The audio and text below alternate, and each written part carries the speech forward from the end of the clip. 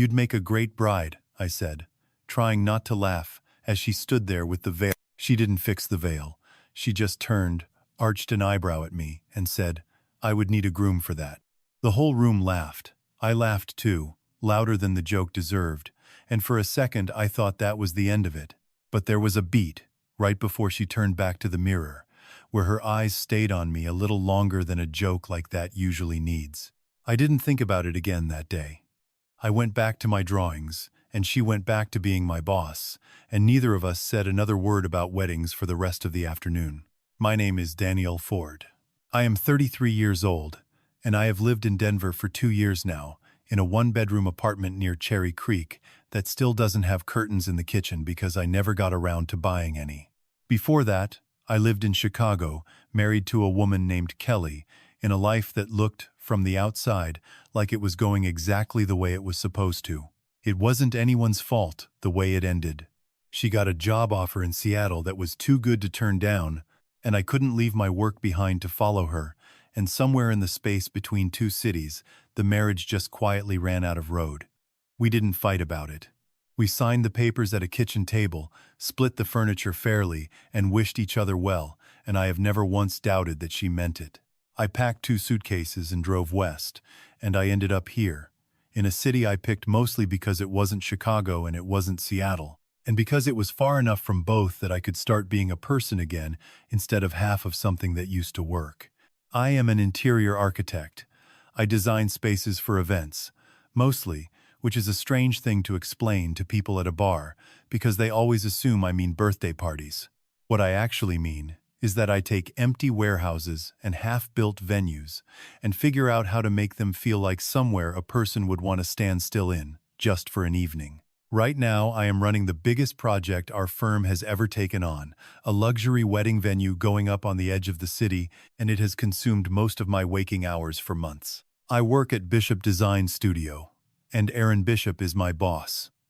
2 years ago, when I interviewed for the job, she asked me questions that had nothing to do with architecture.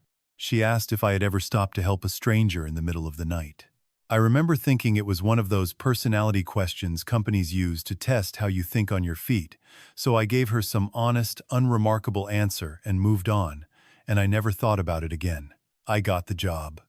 I was grateful and a little surprised because the 2 other finalists had stronger portfolios than mine, and I knew it, even if nobody ever said it out loud. On her desk, from the very first day I worked there has always been a small, tarnished silver thimble sitting beside her monitor, worn smooth in a way that told me it was old, older than anything else on that desk.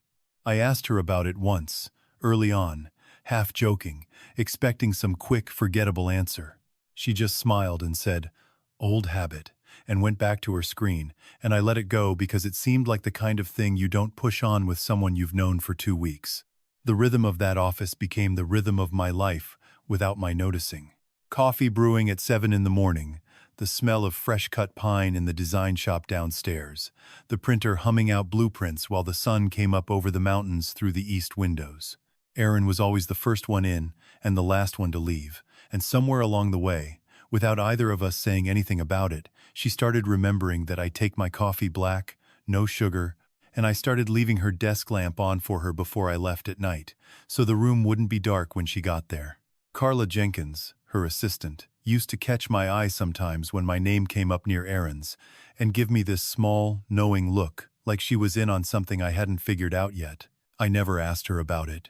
I just assumed it was office gossip, the harmless kind, and I liked my job too much to overthink any of it. I liked working there. I liked Erin, in the simple, uncomplicated way you like someone who makes your days easier instead of harder. I had no reason yet to think it was anything more than that, and if I'm honest, I wasn't looking for a reason. It didn't take long for the wedding venue project to swallow both of our schedules whole. We spent weeks choosing materials together, arguing gently over floor plans, staying late enough that the building emptied out around us, and it was just the 2 of us, and the hum of the heating system working against the cold outside. The joke from that first afternoon didn't disappear the way I thought it would. It became something we passed back and forth without either of us planning to, a little private language that only made sense to the 2 of us. Every time the project brought up something wedding-related, a bridal suite, a champagne toast rehearsal, a mock ceremony run-through for the photographer, one of us would say it, and the other would laugh. And it never once occurred to me that it might mean something different to her than it meant to me. One evening, later than either of us should have still been there, I walked past the storage room on my way to the parking garage and found her sitting on an overturned crate, the silver thimble turning slowly between her fingers, her eyes somewhere far away from the fluorescent light above her. She startled a little when she saw me in the doorway, then laughed at herself and waved me in, patting the crate across from her like she'd been expecting company. "It was my mother's," she said, before I'd even asked. "She used to sew wedding dresses for a living. Small shop, across town. I still keep her old workshop actually, the whole thing, exactly the way she left it. Nobody here knows that." I sat down on the crate across from her, and something about the room, the quiet, the way she was holding that thimble like it was the only solid thing in her hand, made me want to know more. I didn't push, though. I just said, "So that's your secret superpower. You'll design my wedding for free someday, and I won't even have to ask."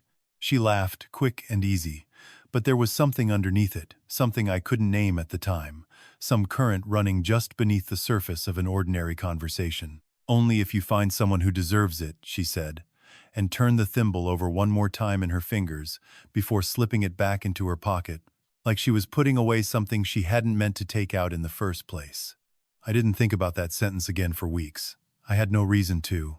It was just one more line in a conversation that had 100 lines like it, easy and forgettable, the kind of thing you say at the end of a long day without weighing it too carefully. Those weeks blurred together in a way that felt good instead of tiring, which was new for me. We reviewed vendor samples side by side at the same table, our shoulders close enough that I stopped noticing it as anything but ordinary. She had a way of tilting her head when she disagreed with a choice I'd made, never dismissing it outright, just asking one quiet question that made me see the flaw in it myself. I started looking forward to those questions more than I probably should have admitted. The way you start looking forward to a particular person's opinion before you've decided to call it anything more than professional respect. She kept a running list on a yellow legal pad of small details other designers would have skipped: the weight of a doorknob, the sound a floor made under heeled shoes, the exact color a room turned at golden hour, and I found myself adding to that list too, without her asking, just because I wanted to see her check something off in that quick, satisfied way she had. There was a Tuesday, I remember, when a shipment of fabric samples came in wrong, and instead of getting frustrated the way most people do when a deadline tightens, she just laughed, tossed the swatch book on the table, and said we'd figure it out over dinner. And somehow that turned into the two of us sitting on the floor of the empty venue with takeout containers between us, sketching alternatives on the back of a blueprint until almost midnight. I drove home that night thinking the whole evening had felt less like solving a problem and more like something I didn't want to end, and I caught myself on that thought and set it aside, filing it under things I wasn't ready to look at too closely yet. Walter Kessler, the firm's longtime board advisor, said something to me around that time that I brushed off far too easily, the way you brush off things you're not yet ready to hear. We were waiting for an elevator on a Thursday evening, both of us tired, both of us carrying rolled-up drawings under our arms, and out of nowhere he said, "You know she pushed the board hard to hire you 2 years ago? Your resume wasn't even the strongest one on the table." I asked him why, half joking, expecting some story about my interview answers or a lucky reference letter.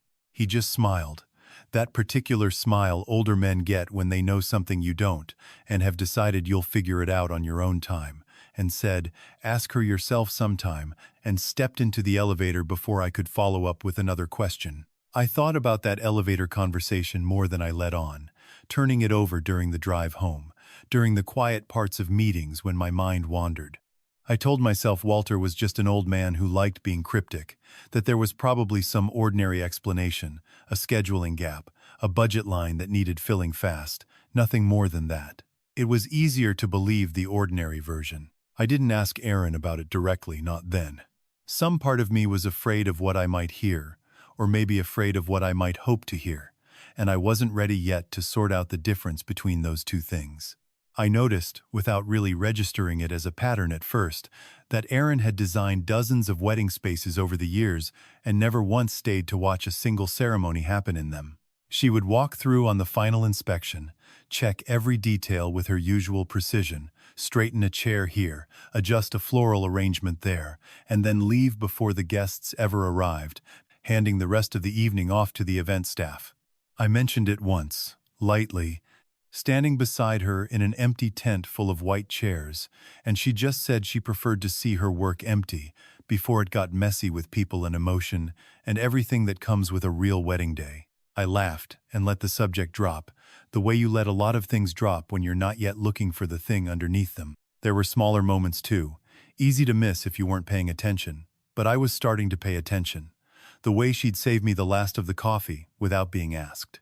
The way she remembered, weeks later, a passing comment I'd made about missing the lake back in Chicago, and left a framed photograph of Sloan's Lake on my desk one morning with no note attached, just because. I thanked her for it, and she shrugged it off like it was nothing, but I kept that photograph on my desk long after, and some nights, driving home, I found myself smiling at nothing in particular, just turning the day back over in my mind. One night, working later than usual on the final material samples, I brought the joke back one more time, quieter than before, mostly to break the silence that had settled over the office. "Still think I'd make a good bride?" I asked, not really expecting a real answer. She didn't laugh right away that time. She looked at me for a moment, long enough that I noticed it, long enough that the silence stretched past the point where a joke like that usually gets its punchline, and said, "I think you'd make a lot of things." I didn't understand exactly what she meant by it, but something in the room had shifted, the way the air shifts before a storm you can't quite see yet, still miles off but already changing the pressure around you. I went home that night thinking about her voice more than I wanted to admit, replaying that one strange, unfinished sentence the whole drive back to Cherry Creek. Everything changed the week Wade Colton walked into our boardroom. He came in as a potential investor for the expansion we badly needed, the kind of capital that would let us take on 3 projects at once instead of choosing between them, dressed the way men dress when they want you to notice the watch before you notice the face. The moment he stepped through the door, the air in the room changed, and I felt it before I understood why. Erin went stiff beside me. Her voice, when she spoke, turned formal in a way I had never heard from her before, careful and clipped, like she was reading from a script she'd rehearsed alone in the mirror. "I didn't realize the investor would be you," she said, not looking up from her notes. "I didn't realize you'd still be running this place either," he said, smiling like nothing between them had ever happened, like the years had simply erased whatever history sat underneath that sentence. I sat there through the rest of the meeting watching him work the room the way men like that always do, leaning back in his chair, using first names before anyone had offered them, dropping numbers into the conversation just large enough to make the board members glance at each other. I didn't know yet why my stomach had tightened the moment he walked in, only that it had, some instinct firing before my mind had caught up with the reason for it. Erin kept her composure through the whole presentation, answering his questions with the same even voice she used for every difficult client, but I noticed she never once looked directly at him for longer than a sentence required, her eyes sliding back to her notes each time like she was counting down the seconds until the meeting ended. After the meeting, Carla pulled me aside in the hallway, glancing back toward Erin's closed office door before she spoke, and finally told me what nobody else in that building had bothered to. Wade had been Erin's fiancé, years ago, before I ever met her. He had called off their wedding at the Denver Country Club with the ceremony less than an hour away, walking out in front of 200 guests without so much as a private word to her first, leaving her standing in the dress in front of everyone she knew. And in the same week, Carla said, quiet and careful, he had pulled his backing from the small dress shop Erin's mother ran across town, the same shop Erin still kept, the same shop with the thimble on her desk. The business never recovered.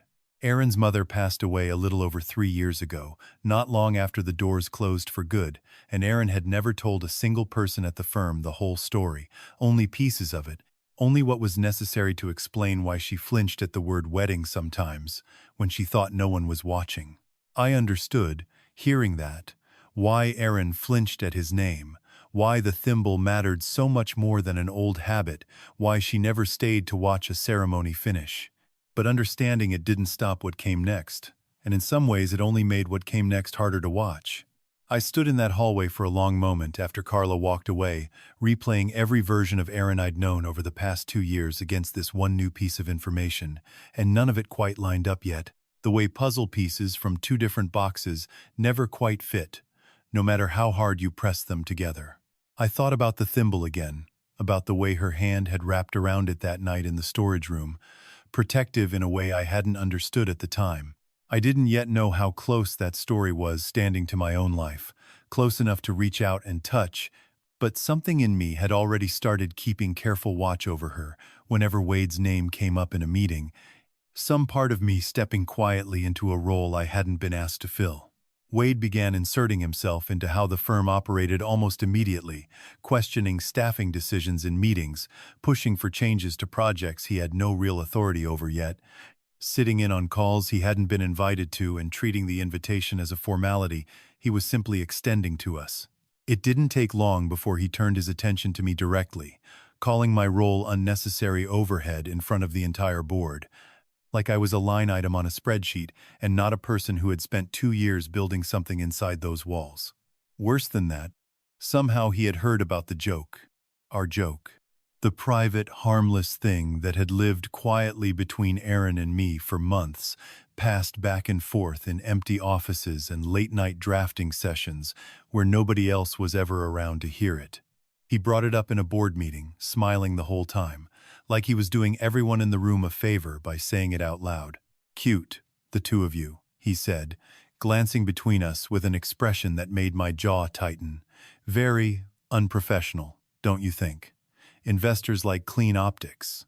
Jokes about weddings between a director and her subordinate don't exactly read as clean, not to people writing 7-figure checks." I felt something in me go cold and sharp at the same time, a feeling I hadn't had since the last months of my marriage, when things I meant gently kept getting used against me by people who should have known better. The thing that had been ours, the thing that made the long nights easier, was suddenly a weapon in someone else's hand, twisted into evidence of something we hadn't done and had never intended. He cornered Aaron privately a few days later, near the copy room, and I only caught the tail end of it, standing just outside the open door with a set of drawings in my hand, close enough to hear him say, "You always did care too much about things that didn't matter, like that little sewing room of your mother's." I didn't fully understand yet what that room meant to her, not the whole shape of it, but I understood enough to know he had no right to say it like that, no right to press on it like a bruise he already knew the exact location of, like it was a soft spot to use for leverage, instead of the last piece of her mother she had left in the world. I started speaking up in meetings after that, defending decisions before Wade could twist them, staying close to Aaron in ways I couldn't fully explain even to myself when I lay awake replaying the day afterward. I told myself it was loyalty to a good boss, the kind of thing any decent employee would do for someone who had fought for them once. I didn't examine it much closer than that. Not yet. The board split down the middle over the investment, half of them seeing the number Wade was offering and unable to see past it to anything underneath. Most of them had no interest in a story about a broken engagement and a shuttered dress shop when there was a check on the table large enough to fund 3 years of growth. For the first time since I'd known her, I watched Aaron let her exhaustion show, just for a second, in the quiet after everyone else had left the boardroom, her shoulders dropping the way they never did in front of clients. The joke that used to make both of us laugh sat between us that night like something neither of us knew how to pick back up, too heavy now for either of us to say it lightly. I found her in the old workshop 2 nights later, long after the office had emptied out, the street lights outside throwing long shapes across the fabric bolts stacked along the wall. She was sitting with the thimble in her hand again, turning it slowly, her shoulders drawn in a way I hadn't seen before, not even during the worst weeks of the board fight. "How does he know about the workshop?" I asked, sitting down across from her on an old sewing stool, not bothering to soften the question, because I was tired of watching her carry something alone that I didn't understand yet. She was quiet for a long time before she answered, long enough that I started to wonder if she'd answer at all, and when she finally did, she told me all of it, slowly, like each sentence cost her something to hand over. 3.5 years ago, on the night her wedding fell apart at the Denver Country Club, she got in her car, still wearing the dress, and drove until the highway swallowed the city lights behind her, not caring where she ended up as long as it wasn't there. Her car broke down on I-25, somewhere past the edge of town, close to midnight, steam rising off the hood in the cold air. A stranger passing through on a work trip pulled over behind her.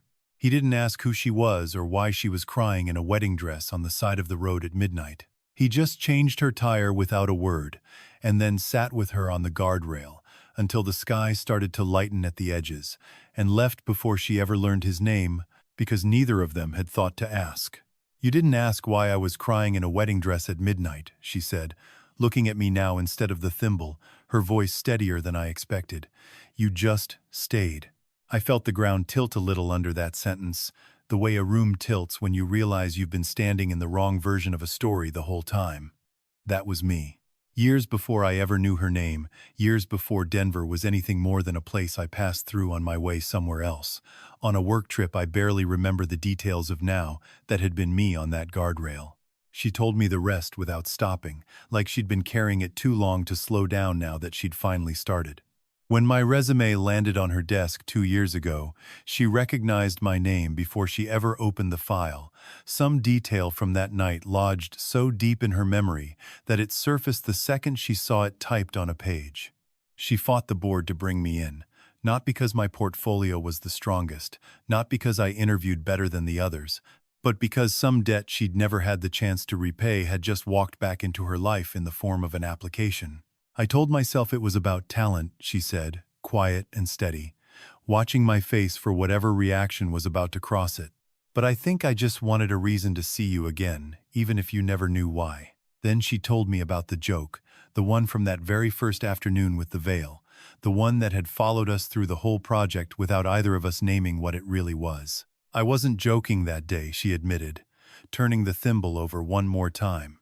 "I just knew you weren't ready to hear it seriously. So I made it sound like a joke, the same way you did, and we've been doing that ever since, without either of us saying so out loud."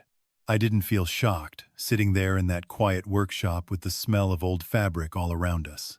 It was slower than shock, warmer than shock, like something that had been circling both of us for 2 years had finally found the place it was supposed to land, gently, the way a plane finally sets down after circling a runway in fog. I told her I wasn't going to let Wade use either of us as leverage against the other, not after everything he had already taken from her once. We stayed in that workshop long past midnight, building a plan that had nothing to do with feelings and everything to do with facts, the kind of plan a board would actually have to listen to. Carla, it turned out, had already been quietly gathering financial records for weeks, working late without either of us asking her to, because she'd seen this coming before we had. What she found confirmed everything Erin had just told me.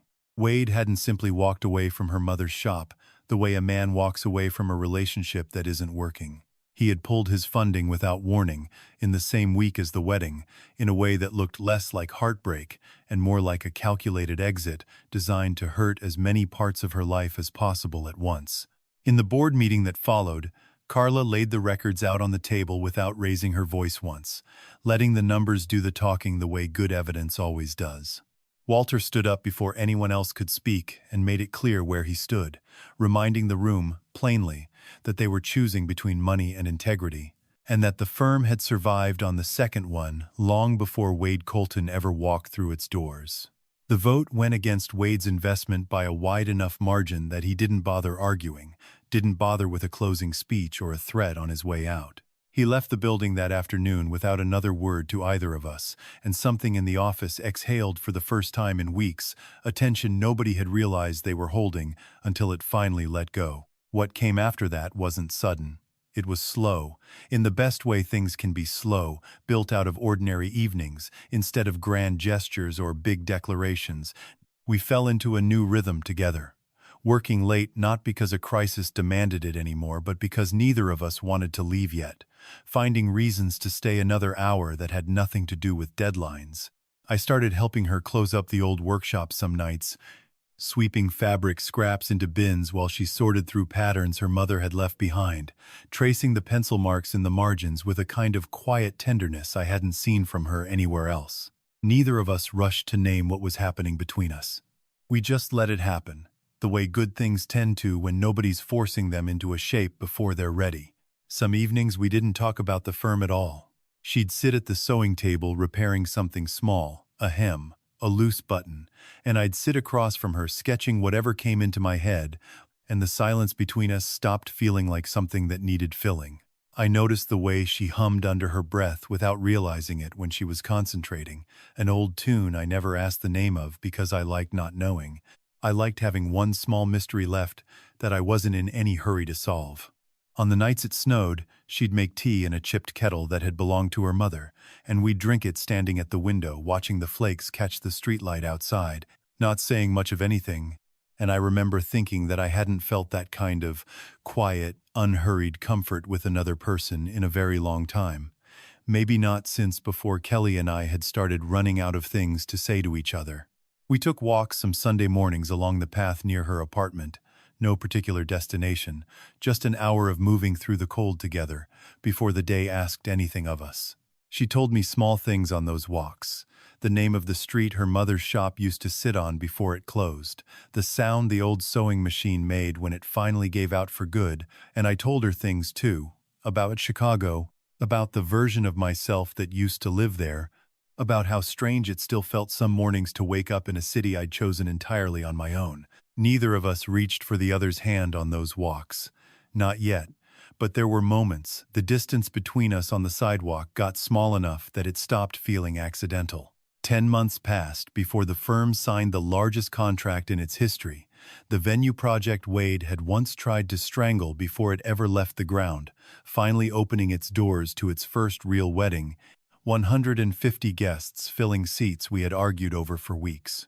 I remember standing in the finished space that morning, looking at the arched windows we'd fought about more than once, the light pouring through them exactly the way we'd planned on paper 2 years earlier, and thinking that none of it would have existed if Aaron hadn't fought for a version of me the board hadn't believed in yet, back when I was just a name on a resume with a story neither of us had understood. Somewhere in those 10 months, without either of us marking the exact day it happened, we stopped pretending the space between us was only professional. It wasn't a single moment I could point to and call the beginning. It was more like a slow accumulation, her hand resting against my arm a beat longer than balance required, the two of us choosing the same booth at the same diner without discussing it first, my name becoming the first thing she said when she walked into a room, instead of the last. Carla stopped giving me those knowing looks somewhere around month 6, not because she'd lost interest, but because there was nothing left to be knowing about. Walter, for his part, never brought up the elevator conversation again, though every so often he'd catch my eye across the office with something close to satisfaction, like a man watching a bet he'd placed a long time ago finally start to pay off. She asked me to come by the workshop one Saturday evening not long after that, a quiet request over text that didn't explain itself. I found her at the old sewing table, a dress laid out in front of her that she was altering by hand, the fabric pooling across the wood in soft folds, and something about the careful way she was working told me this one wasn't for a client. "Whose dress is this?" I asked, standing in the doorway, not wanting to interrupt whatever concentration had settled over her. She looked up at me, that same private smile on her face, like she was still in on a joke only she fully understood, one she'd been holding on to for exactly this moment. "I haven't decided yet," she said, setting the needle down, "but I know who I'd want standing across from me when I wear it." I understood exactly what she meant, and this time there was no laughter waiting to soften it, no room full of people to turn the moment into something easier to carry. "You'd make a great bride," I said again, quieter than the first time, years removed from the veil and the photographer and the crooked pins, meaning every word of it in a way I hadn't let myself mean anything in a long time. "I told you," she said, reaching for something on the table and pressing it into my palm, her fingers lingering there a moment longer than necessary. "I would need a groom for that." It was the thimble. Still warm from her hand, worn smooth from years of being turned over and over in moments exactly like this one. We both laughed at the same moment, recognizing, finally and completely, that the joke we'd been passing back and forth for 2 years had just found its real answer, sitting quietly in my open palm. There are jokes you say without meaning them, and there are jokes that turn out to be promises you didn't know you were making at the time. Mine was made on the side of a highway, in the dark, to a stranger in a wedding dress who never told me her name, years before I understood that a promise doesn't need words to still count, doesn't need either person to know what they're agreeing to. I think about Erin sometimes, about how she carried the truth for 2 years disguised as something light enough for both of us to laugh at, not because she was afraid of it, but because she was waiting for me to be ready to hear it as something real, instead of a line in an ordinary conversation. The thimble hangs on a chain around my neck now, the same one that used to sit beside her monitor, the same one her mother once used to sew dresses for brides who never knew her name either, passed from one quiet act of care to the next. It turns out the best joke I ever told was one I didn't even know I meant, and she had been waiting 2 years for me to say it again. This time on purpose. This time meaning every word. I think about how easily that whole night could have gone differently, how easily I could have driven past a stranded car on a dark highway and kept going, and I am grateful, every day, that some part of me pulled over instead. Have you ever said something as a joke, only to realize later that some part of you had meant it all along? And do you think Erin was right to protect that truth behind 2 years of laughter, or should she have told me the moment I walked back into her life?